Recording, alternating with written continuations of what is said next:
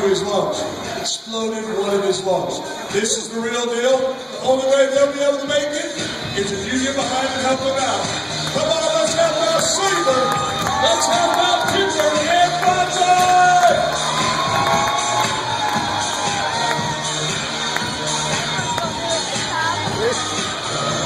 Come on!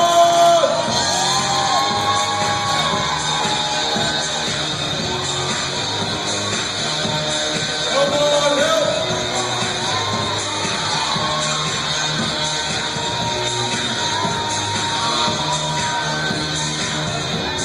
They need your help!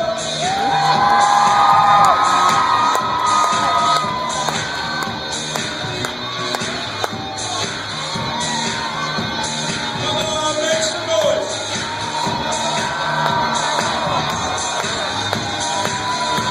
Oh, they need your help, they need your help! Come on, Saber! Come on, Bonsai! Come on, Timber! Help her! Come on! You got to help out! Timber! All right, come on, Saber! Come on, Bonsai!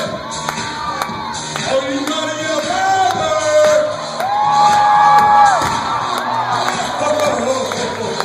Let's give Saber a big hand.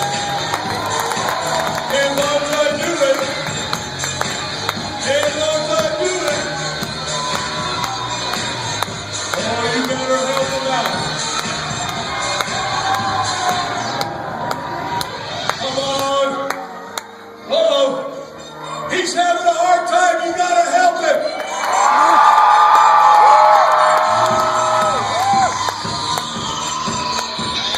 Don't quit on him.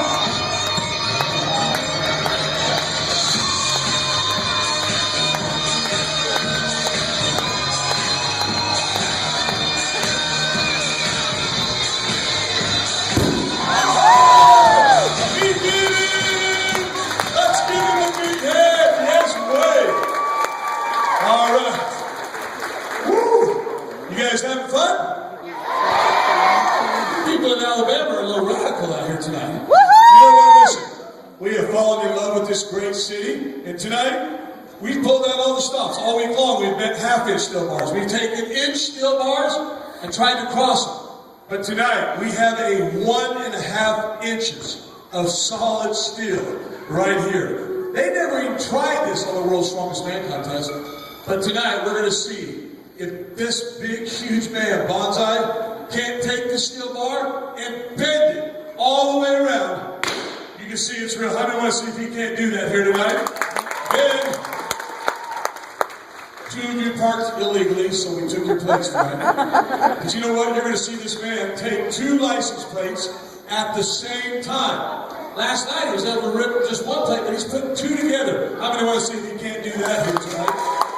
Then we have 2 frying pans, and you're going to see Saber take 1 pan, roll it up, but that's not all. Then she's going to keep going and trying to roll up 2 at the same time. Let me tell you, I'll be honest, it takes everything for me to do this. How many want to see if she can't do it here? And if she's able to do that, I've got a horseshoe. I'm going to come out of retirement, take this shoe and attempt to bend it all the way around into a heart here tonight. Now, the other night when all the Alabama football players were here, we passed it around, and it was funny because I saw those big old boys, 340 pounds, trying to bend it. This is the real deal. How many want to see if I can turn it all the way into a heart here tonight? Woo. Makes my leg hurt just thinking about it. Then we got 3 baseball bats. Timber's going to take these 3 bats. I don't know how he's going to break it. Maybe under his leg, maybe over, I don't know, behind his back. How many want to see him go for a little bat medley? You know what, then, if we're able to do that, we have a bed of 2,000 sharp nails. There's 1,000 nails right there, and another 1,000 on the bottom right here. And we're going to do something special tonight. Your children's pastor has joined the power team. That's a kidney right there. Tonight, listen, he's going to lay down on this bed of nails. We're going to put this bed in his chest. I'm sorry, on his chest. And then we're going to put a huge block of ice, a 300-pound block of ice on his chest. Timber's going to take that sledgehammer and swing it and smash the block of ice off his chest while he lays between 2,000 nails. Now, somebody came up right after church today and said, come on, are those nails real? I want to show you the real deal. Watch. You can see, that's the real deal. That could be his chest here tonight. So anything's liable to happen. Watch out. Oh, Ben, my bad. Ben, we got a wall of ice over here. You're going to see Guinness World Record holder Bonsai run through this wall of ice. Hey, tonight he's going to give it everything he's got, try to smash through this wall of ice. One of the last times we did this, had to be rushed to the hospital. Had a guy split open the side of his head. Yeah, you actually split open the side of your head. The ice becomes like razor blades on the side. And then if we're able to do that, I'm going to be locked down in not one pair, but 2 pairs of police handcuffs tonight, trying to snap out of the chains, and all that's going to happen in just a moment. But before we do that tonight, I've asked for Timber to come up, take a few moments out, and to share a little bit of his story. This is a man that could be played in the NFL. This is a man that had tryouts in the NFL, played major college football, but chose to travel around and speak into the lives of young people. How many are thankful for a man like this that's speaking into the lives of our young people? And you know what? Because of that, he's worked himself into the position as one of the top motivational speakers in the public schools today.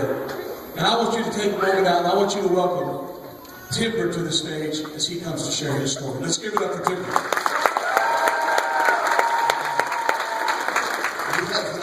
This week, and man, I tell you what, I've never seen one man work as hard as Kenyon has. Kenyon, thank you so much. I just wanted to say thank you because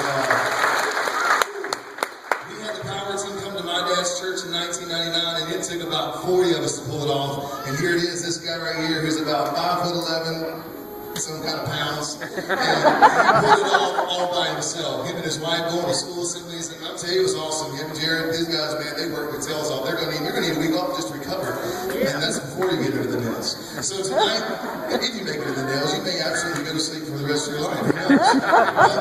But we've had a great time this week, and I've enjoyed getting to meet these young men and even getting a chance to tour the stadium and go see all these great University of Alabama football players. And just like John said, man, I grew up right here in the great state of Alabama, and you guys know as well as I do, you can't be raised in Alabama and not like football. I mean, as a kid, that was my sport. I started playing when I was 5 years old, and from then on, I was in love. I love playing football, I love playing sports, and I love being involved in athletics and just doing all these different types of things. And for so long, that was the main focus of my life. But here's the thing, I grew up in a pastor's home. My dad's been a pastor since I was 2 years old. My mom's been a minister of music ever since I was a kid. So I grew up in a great functional home where my dad was praying over me every day. My mom was singing worship every day. And so I had no excuses to go any type of wrong way because I had all the direction in my life that I wanted from my mother and my father. But even though I grew up in a great Christian home, it doesn't mean that I was saved. Everybody knows preachers' kids are not the best kids. And so, as I just lived my life as a preacher's kid and going through all of that and doing all that, there's a scripture that didn't mean a lot to me at the time when I ever first heard it, but I heard my dad preach, and there was a verse that he used where he said, "For what does it profit a man if he gains the whole world, yet he loses his own soul?" And to me, in high school, I mean, really all you can gain in high school is, I guess at best, a state championship ring and a good-looking girlfriend. That's about it. And for a guy. And so, as I was thinking about this, well, what are you really forfeiting? But as I got older, I realized there was a lot more to that. Because as I was a kid, and my main focus was how good of an athlete I could be. My main focus was how fast can I run a 40. If you're a sports fan, you're watching the combines like crazy this week, and then you're watching these guys go through all this, and they've trained their entire life to make it to that one period. And they'll tell you right now that 1% of athletes make it to the NFL. And as a young person, that was my goal, and that was my dream, and that was something I wanted so bad, and I knew the Lord gave me size for a reason.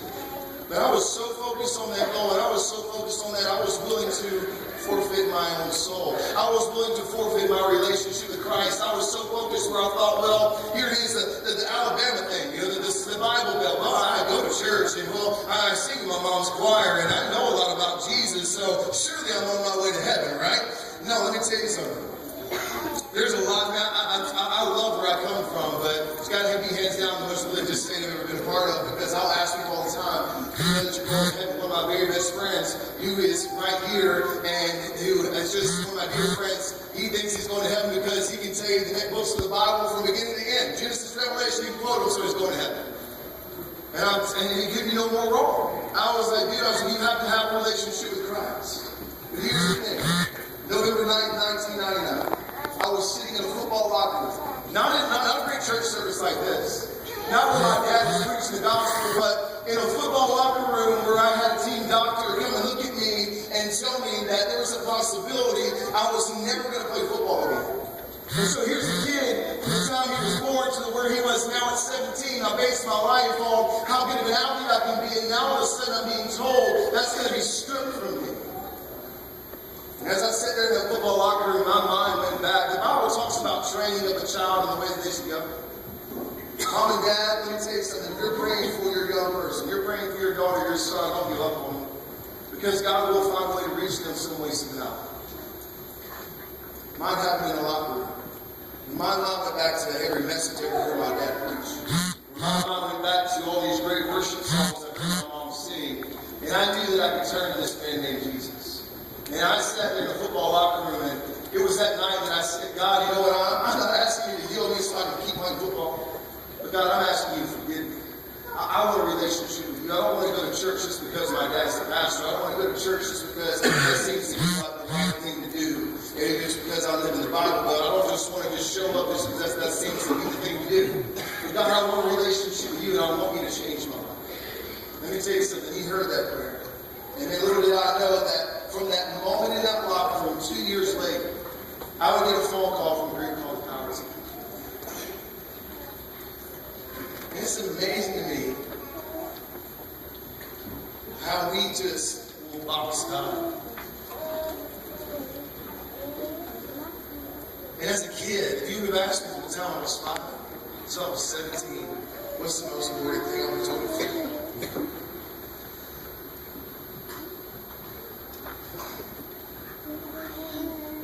I had this revelation not too long ago. And I just want to tell you something. Every young person, every mom and dad. I don't know what your goals in life. I don't know what your goals are. But it became more real to me this week.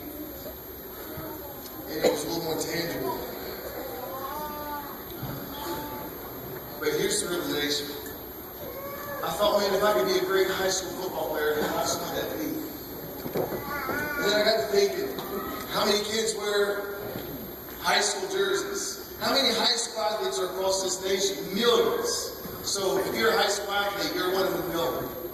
Okay, so let's just say this, man. If I could just make it to play college football, and man, as we were sitting on that field the other day, and I was thinking to myself, man, this is where the University of Alabama plays. This is where guys would take the field, and as a kid, this is where I thought I was going to play.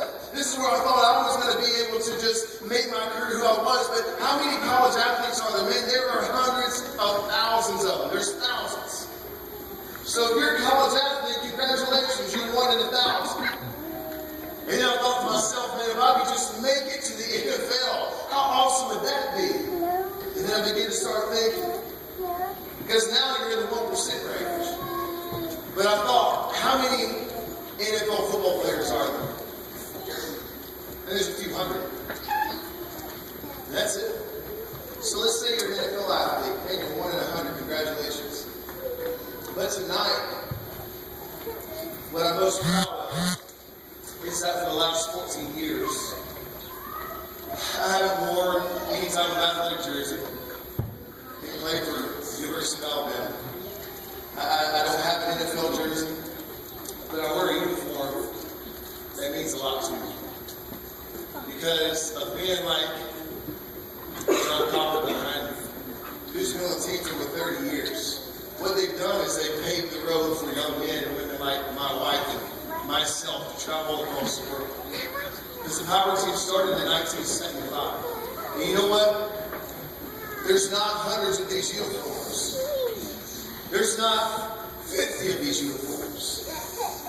There is 20 max of these uniforms.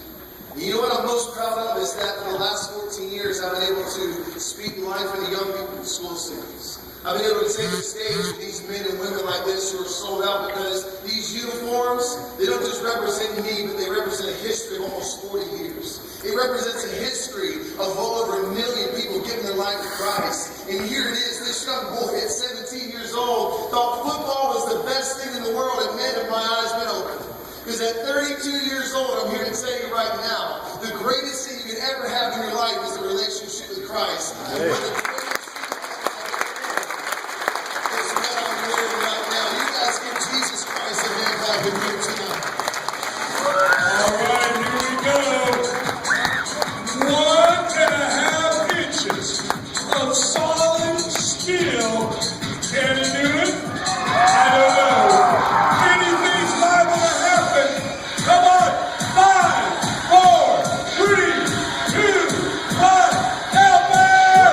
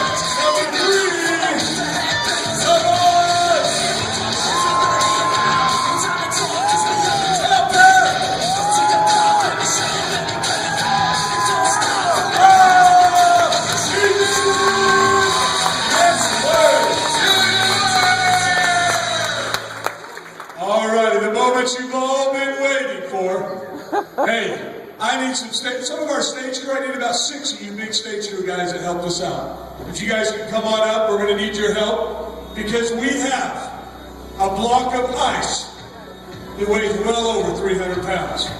We have a bed of 2,000 sharp nails. And we have one very courageous children's pastor for this great church who tonight is willing to lay down his life for the cause of the gospel in this great church. How many know people have been trying to nail him for years? And you know what tonight? It just might happen. So welcome to this stage, the one, the only man of solid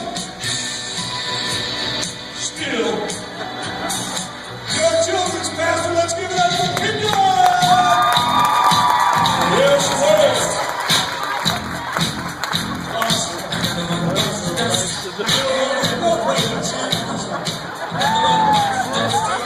That's not a good song to play with.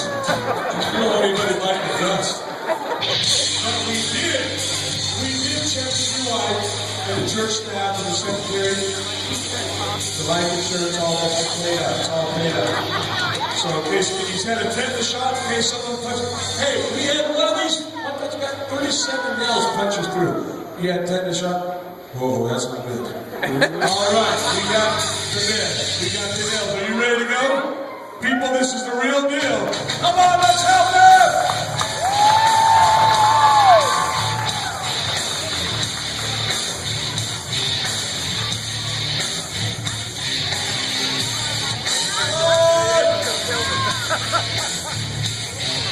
Oh, there's a man of 1,000 nails.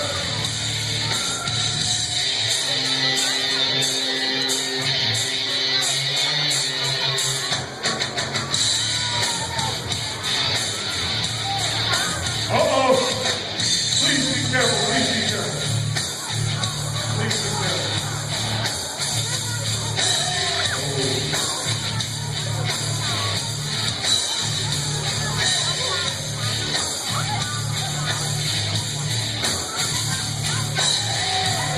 All right.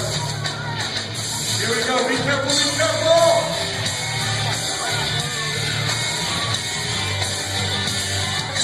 Hurry, Kimber, hurry. Please, guys, hurry, please.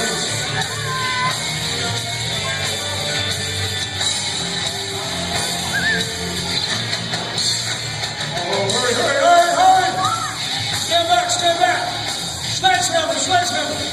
No, Stephen, that's not a sledgehammer. Where's the sledgehammer? No.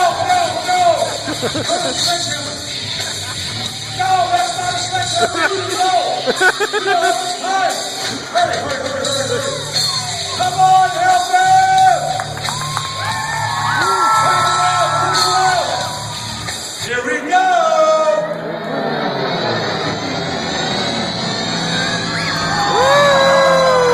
Is it okay? Not that much. Hurry, get him up.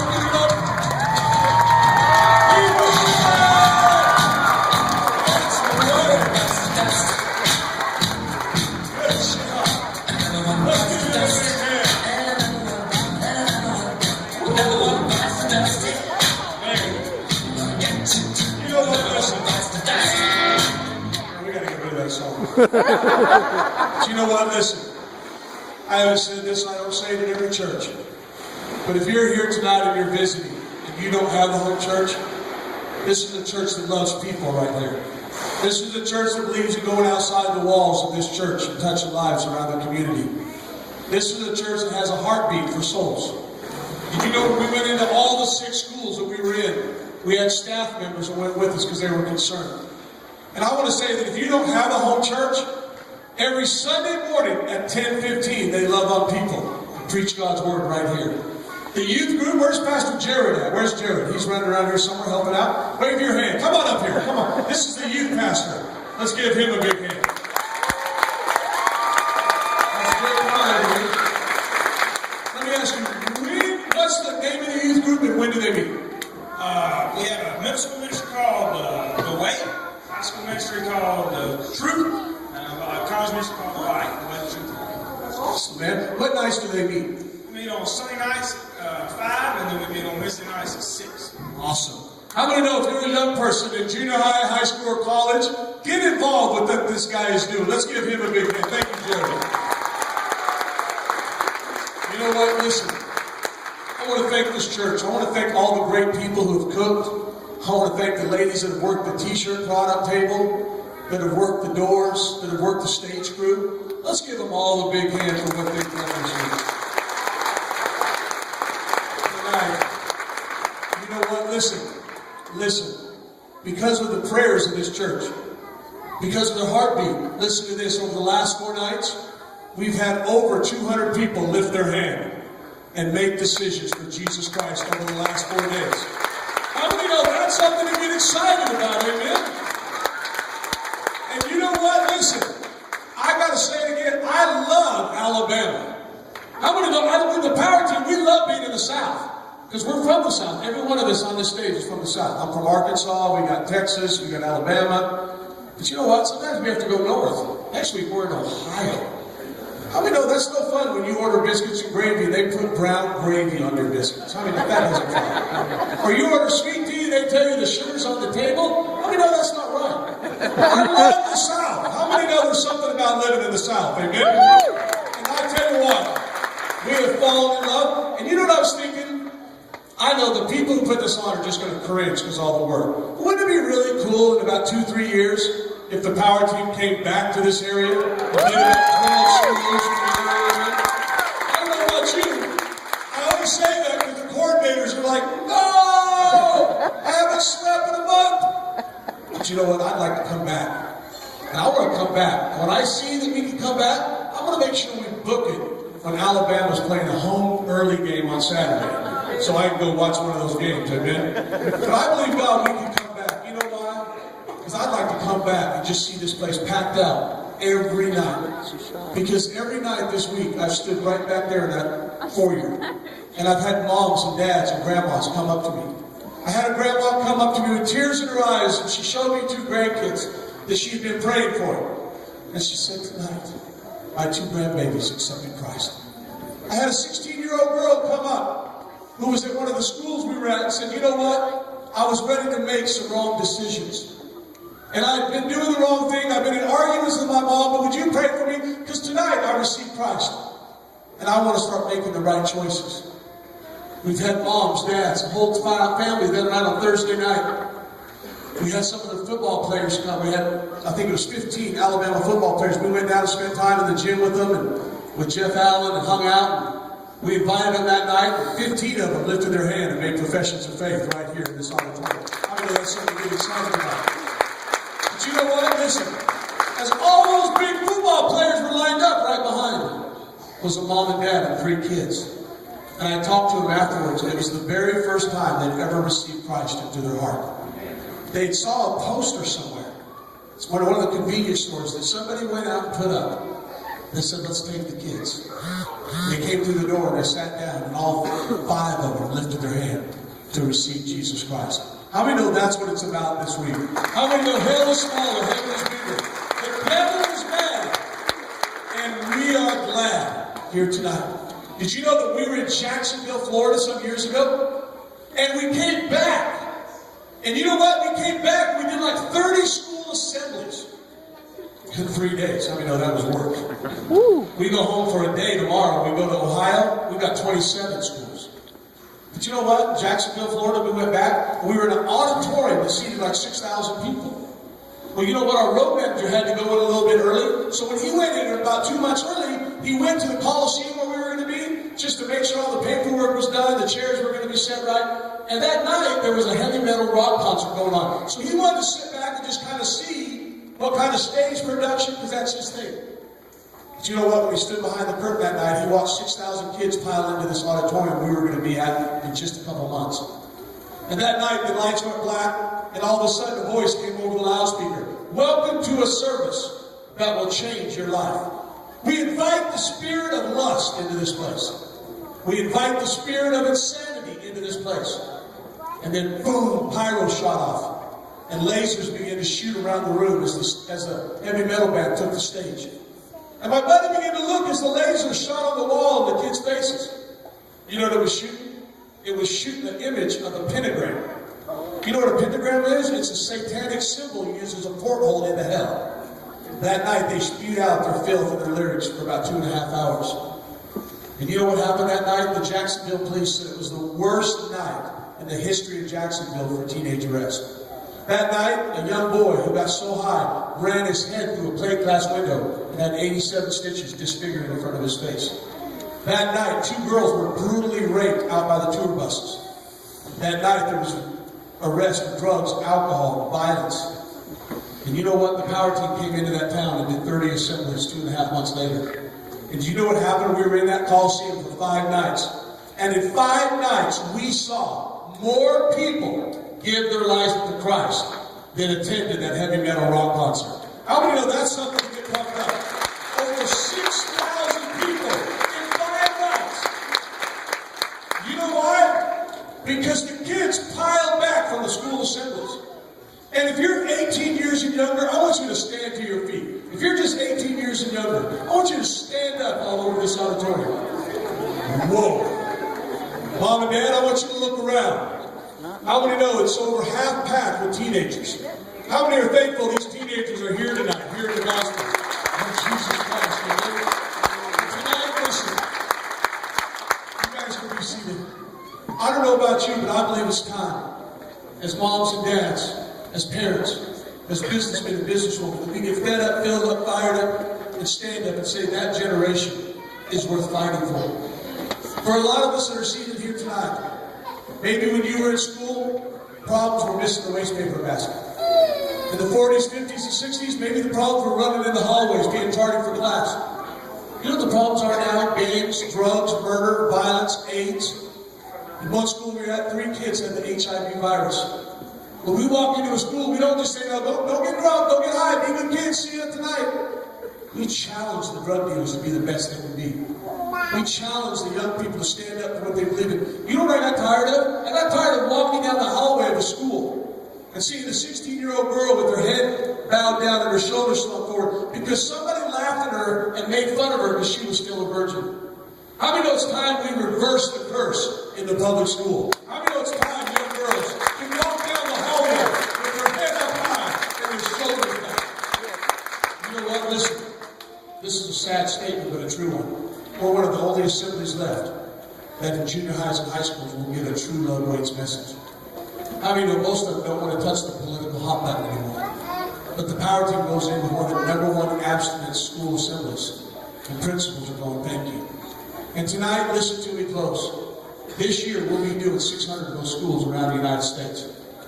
And people look at us a lot of times, and they look at our uniform that says power team and timber. I tend to take my jacket off because I tried to get it off and the zipper broke. I've had it for 9 years. It's got holes in it, not for ventilation, just holes in it.